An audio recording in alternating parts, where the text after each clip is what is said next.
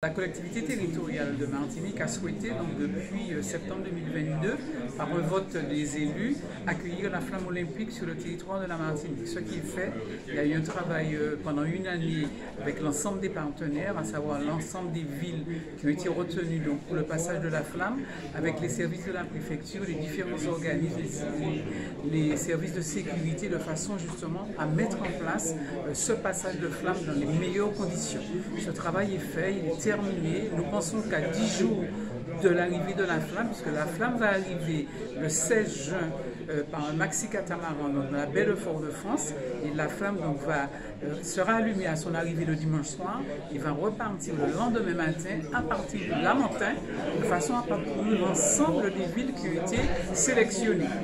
Voilà, donc nous avons des horaires bien précis sur toutes les villes, et je veux rappeler que nous avons la flamme est composée de deux convois. Un convoi qui s'appelle le convoi engagement, qui est le convoi principal, donc qui réunit à peu près une quarantaine de voitures, avec donc le parcours sur les villes principales, et avec donc la population autour donc, de ces convois, donc qui assistent justement au passage de la flamme. Il y a ce qu'on appelle aussi le convoi agile, qui est justement la flamme qui va aller sur les sites iconiques. On va voir les différents sites de la Martinique, les meilleurs sites que nous avons, tels que la montagne Pelée, tels que le Cap 110, le Mont-Lanché au Diamant, la passe de l'Écurie au Robert, et voilà un petit peu, et le Saint-Esprit, donc avec des monuments du Saint-Esprit, des sites du Saint-Esprit. Donc la flamme donc, va faire ce parcours-là en convoi agile, et le convoi